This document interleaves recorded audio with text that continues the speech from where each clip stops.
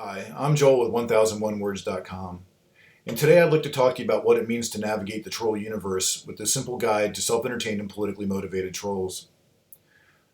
I'm a former troll, and I'm also a retired U.S. Navy Senior Chief Mass Communication Specialist, and I have experience teaching behavioral studies and critical thinking skills. Today I'd like to take some time and explain to you what trolls are, two types of trolls, and ways to avoid them. So first, let's start with what is a troll? Well, in my own words, a troll is someone who works alone or is part of an organization to control online discussions that impact real-life emotions, behaviors, and actions for either entertainment or as a weaponized means to sow public discourse. Today we'll talk about two types of trolls, the self-entertained and the politically or economically motivated troll. The goal of each of these trolls is to cause differing degrees of panic, interest, heightened emotions, curiosity, or chaos. But first, let's talk about the self-entertained troll. Now, this is the kind of troll that I was. And the whole purpose was to cause arguments over minor or non-issues for my own enjoyment. What's important to note here is that the self-entertained troll may not even care about the topic. The point is to hijack a thread or conversation to cause argument and resentment between like-minded people. An example here is a troll who joins a conversation about kittens and makes a statement that there's no better kitten than a Maine Coon kitten. The intent is to get Maine Coon kitten owners to publicly agree that their breed is better than the others. That same troll may then get the Maine Coon owners to start a discussion about how purebred Maine Coon owners are better pet owners than people who rescued their pets from a shelter. Now, this may seem ridiculous, but people really will argue about stuff like this. This is what self-entertained trolls enjoy. They thrive on creating this type of resentment, and the ultimate goal may become to see the entire group fall apart. Trolls may also create threads or even groups and then change the thread or group name to change discussion context. An example here is creating a group called Maine Coon Kittens Are the Best. The troll will then create a discussion called Maine Coon Kittens Are the Best Because, and then let the group members start leaving comments to fill in the blanks. The troll will then go back and change the group name to something racist or sexist or something exclusionary, like sunburned men are better than other men, and then start a discussion thread, sunburned men are better than anyone else because. And then everything that anyone ever said about the kitten now reflects how they feel about sunburned men. And they may not even realize for months or years later that a group or a thread that they joined about Maine Coon kittens is now about how a certain type of person is better than other human beings. And they may not even realize this until they're doing a job search and it comes back that they don't get the job because of the groups that they belong to. So it's really important to go back and routinely check what groups you belong to and what you've liked in the past, because it may have changed. You may have fallen into a self-entertained troll's paradise, so to speak. So how do you avoid the self-entertained troll? First, don't engage them. Trolls seek to trigger emotion. So if you find yourself in a conversation with someone who is pressing your buttons, they know that they're making you angry, chances are you are dealing with someone who is actually enjoying just making you angry. And the more you engage, the more you rage. Not the troll. The troll is laughing. You are getting angry. So the best way to avoid all of this is to not engage them in the first place. If you see something that you know is going to make you angry, don't get involved in the conversation. No matter how passionate you are, and I know it's really difficult because I find myself doing the same thing too. It's human. But the smart thing to do is to not engage. Because if you engage, you will rage. And as long as you try to remember that, it'll probably help you avoid these types of conversations. Because you will not win these types of conversations. Because you can't win against someone who doesn't care about the information, who doesn't care about the topic. You're not going to win an argument with someone who doesn't have anything invested in the argument themselves. The entire goal is for the troll to upset you. That's all they're trying to do.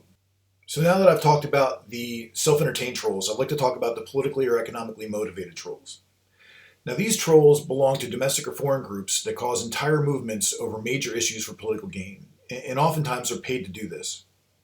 Now these are the types of trolls that stage protests through multiple accounts, through automated bots, And these trolls create movements that result in actual crowd formations. They result in political rallies, and they result in armed protests. That's why these trolls are so dangerous. These trolls also create or propagate false information to discredit otherwise credible sources. And I used the pandemic video because it was solely designed to discredit credible sources. And there's a journalist, Marshall Allen, who did a really great article about the pandemic video and why it's not good information to follow. And I highly recommend that people take the time to read that article. The link's included in this video. It'll be included in the information below in the description on YouTube. The politically and economically motivated trolls also create or propagate misleading information to persuade public opinion toward ideals they would not even normally support. So this is how Brexit happened. You had trolls that got into people's minds that they needed to separate from the European Union. And obviously the whole world is seeing the massive problem that this created for Britain. I'd like to point out a much more subtle example of an effective political troll. Something as benign as how people discard their shopping carts can become a polarizing topic in a society where tensions are already high. So in the new normal of coronavirus, societies are already on edge, they're already anxious, and frustrations are already growing. So something so small as shopping cart etiquette can become a platform for aggressive or even violent behavior. So what started on 4chan about what is good about people and what is bad about people who do or do not return their shopping carts morphed into a made-up opinion from singer Glenn Danzig about people being good or bad based on whether or not they put their shopping carts back. But the real success of the troll is when the text gets reinterpreted in public discussion, which is the third screenshot, and includes much, much harsher wording than the original post. So the last thing I'll talk about here is how to avoid the politically or economically motivated troll. The number one thing to do is check your emotions. Just because you agree with something doesn't mean that it's right.